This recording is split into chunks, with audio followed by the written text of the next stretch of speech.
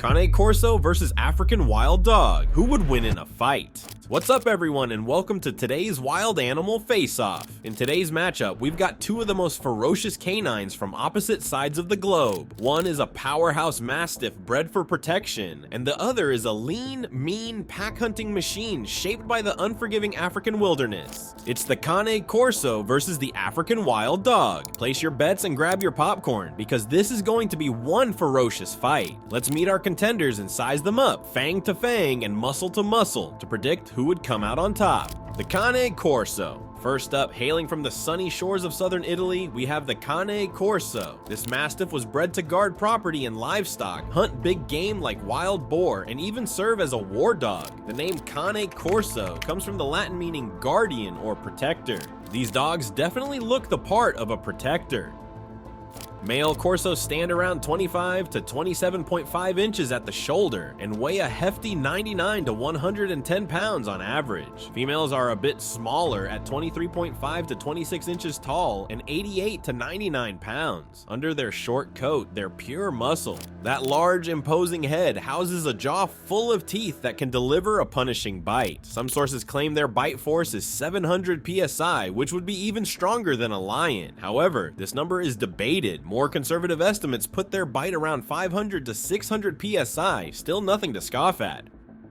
Corsos have a reputation for courageousness in the face of threats.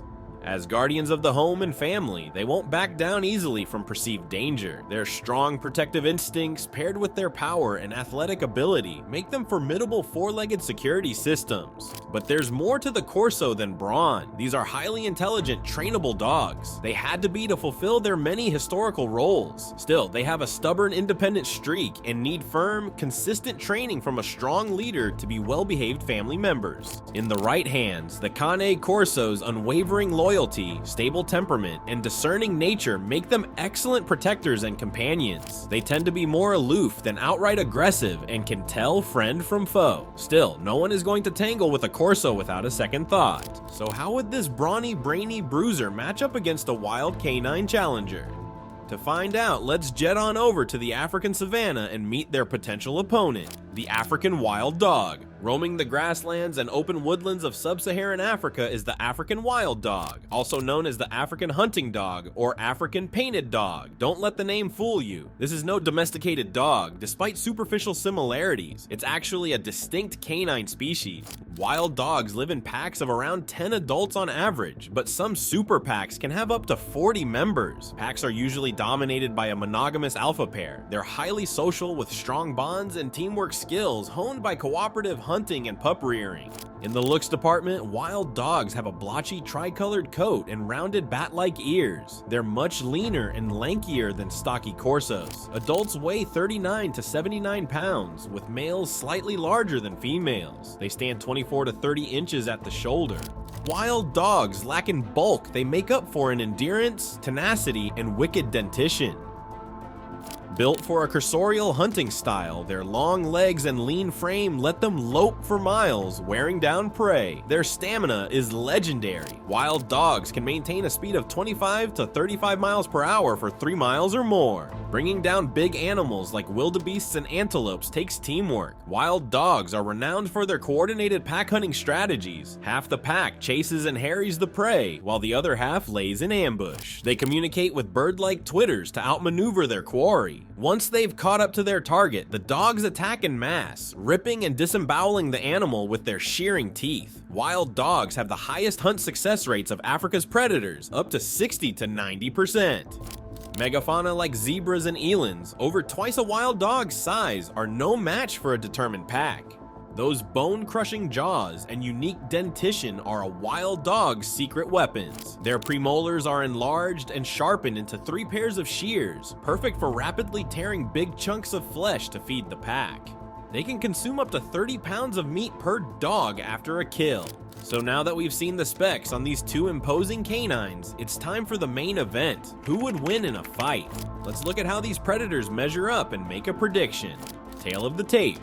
In the size category, the Cane Corso takes it paws down. An average male Corso outweighs the heftiest male wild dog by over 20 pounds and stands a couple inches taller. Wild dogs are light-boned and leanly muscled, built for speed and endurance over raw power. The Cane Corso's big muscular frame is made for strength. Its deep chest, thick neck, and massive head are physical proof of its might. While on the taller, heavier end of medium-sized dogs, the wild dog is no match for a Corso in mass. Bite force is a little harder to judge. Expert ratings for the Corso's bite sit around 500 psi. For context, that's similar to the bite of a lion, tiger, or grizzly bear, and stronger than a gray wolf or Pitbull. It's in the top echelon of canine chompers. There aren't direct scientific measurements of African wild dogs' bite force, but based on their size and the similar-sized wolves and coyotes, estimates range around 200 to 400 psi. Definitely still a vice-grip, fang-filled maw, but not as bone-breaking as a Corso. However, the wild dog's mouth might have an unexpected advantage. As we mentioned, their premolars form unique flesh-shearing teeth. They can rapidly rip off 6 to 10 pound chunks of meat with these sickle-shaped chompers.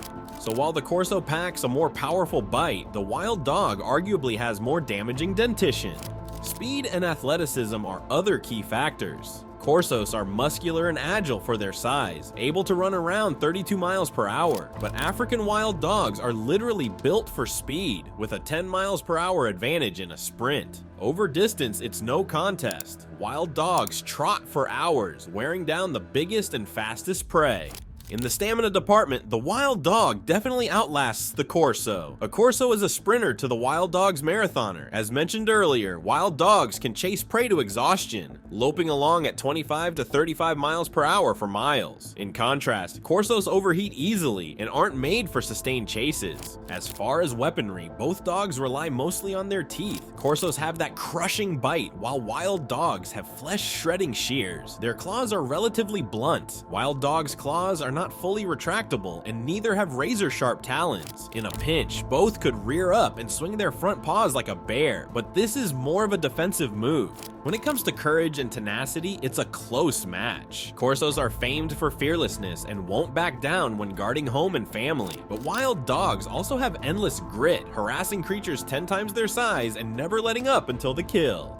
Neither of these canines is a shrinking violet, and based on their physiques and hunting styles, their approach to a one-on-one fight would likely differ. The Corso would use its size and muscle to overpower, knocking down and mauling their opponent. The wild dog would dart in and out, using its speed, agility, and flesh-shearing teeth to wound and weaken. It would likely try to hamstring the Corso, circling and slashing at the legs and belly until it could no longer stand. The Cane Corso's bigger size and power would be a huge advantage in a close quarters brawl. If it could get its jaws around the wild dog's neck or skull, it would likely end the fight quickly. But the wild dog's speed and elusiveness would make landing that killing blow difficult. It could dance around the Corso, inflicting serious wounds while evading its attacks. However, in the wild, African wild dogs rarely fight alone. They almost always have packmates to back them up. In contrast, Cane Corsos usually work solo or in pairs as guardians and hunters. A pack of wild dogs can take down a lion. A single dog wouldn't stand much chance against a big cat.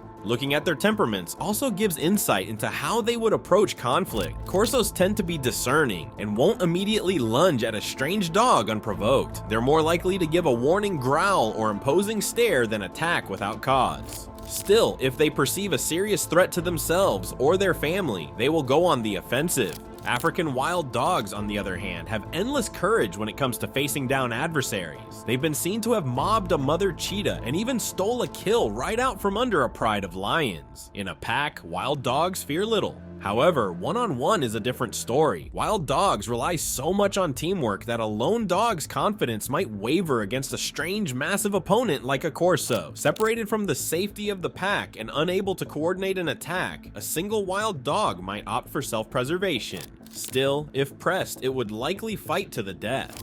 The verdict. Considering all the factors, in a one-on-one fight between a Cane Corso and African wild dog, the odds favor the Corso. Its size, strength, and bite force advantage would be hard for a lone wild dog to overcome. The Corso's courage and power in close combat would likely win out over the wild dog's speed and flesh-shredding teeth. However, if a pack of wild dogs ganged up on a single Corso, the odds would massively shift in the pack's favor. Multiple wild dogs working together could use their numbers, coordination, stamina, and lacerating teeth to take down a larger foe. A pack can dismantle a wildebeest. A lone Cane Corso wouldn't pose much more of a challenge. In the end, both of these canines are apex predators, perfectly adapted for their native roles and environments. The Cane Corso's millennia of selective breeding give it the edge in a one-on-one clash against the more lightly built African wild dog. But the wild dog's pack hunting prowess and incredible endurance make it a deadly force in the grasslands and woodlands it calls home. Do you agree with the prediction? How do you think the fight would go down? Let me know your thoughts in the comments below. Thanks for tuning in, and we'll see you in the next video.